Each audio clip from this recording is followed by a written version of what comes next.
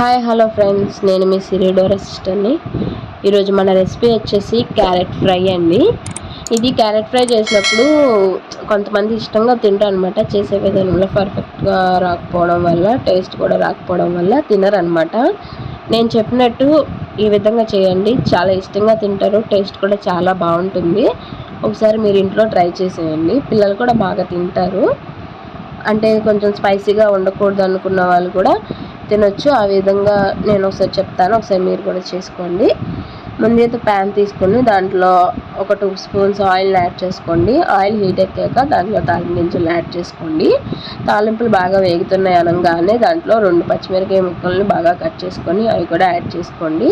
తర్వాత ఒక ఉల్లిపాయ ముక్కను కూడా ముక్కలుగా కట్ చేసుకొని యాడ్ చేసుకోండి. నేనైతే ఒక హాఫ్ అయితే యాడ్ చేసుకున్నాను, ఉల్లిపాయని కట్ చేసుకొని సగంగా.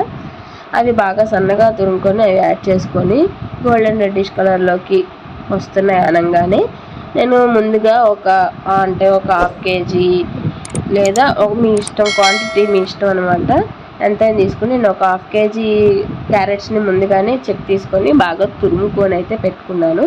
ముక్కలుగా కంటే తురుముకుంటే చాలా టేస్ట్ వస్తుందండి. పిల్లలు తినడానికి కూడా చాలా ఇష్టపడతారు. ఇలాగ నేను తురుముకొని పెట్టుకున్నాను. దాన్ని నేను ఇప్పుడు ఇందాక వేసుకున్న తాలింపుల్లోకి యాడ్ చేసేసుకున్నాను. ఇలా యాడ్ చేసుకున్న తర్వాత 2 స్పూన్స్ సాల్ట్ని అయితే యాడ్ చేసుకున్నాను. ఇలా సాల్ట్ని యాడ్ చేసుకొని మొత్తం సాల్ట్ పట్టే విధంగా మొత్తం ఒకసారి గరిటతో కలిపెట్టేసుకుంటున్నాను. మొత్తం కలిపెట్టేసుకొని ఒక 10 to 15 మినిట్స్ కాకపోయినా ఒక 10 మినిట్స్ బాగా మీడియం ఫ్లేమ్లో పెట్టుకొని బాగా కుక్ అవనియండి. ఇలాగ ఒక 10 మినిట్స్ బాగా కుక్ అయిన తర్వాత దాంట్లోకి 1/2 టీ స్పూను పసుపు వేసుకోండి.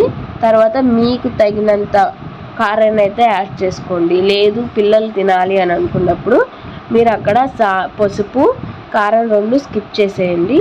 2 వేయకుండా మామూలుగానే కుక్ చేసుకోండి. మీకు అంతగా కొంచెం కావాలంటే కొంచెం కారాన్ని అయితే యాడ్ చేసుకోవచ్చు. అలాగే పెద్దవాళ్ళకి అనుకుంటే ఇప్పుడు నేను చెప్పిన విధంగా కొంచెం 1/2 టీ స్పూన్ పసుపు వేసుకొని 2 స్పూన్ల కారాన్ని లేదా మీకు తగినంత వేసుకొని బాగా కుక్ చేసుకోండి. ఇలా కుక్ చేసుకున్న తర్వాత కొత్తిమీరని కొద్దిగా యాడ్ చేసుకోండి. దీంట్లోకి మీరు కావాలంటే గరం మసాలాను కూడా యాడ్ చేసుకోండి, చాలా బాగుంటుంది. చాలా సింపుల్, ఇది చాలా ఈజీ ప్రాసెస్. మీకు నా రెసిపీ నచ్చినట్లయితే please like, share and subscribe చేయండి. మీరు ట్రై చేసేయండి.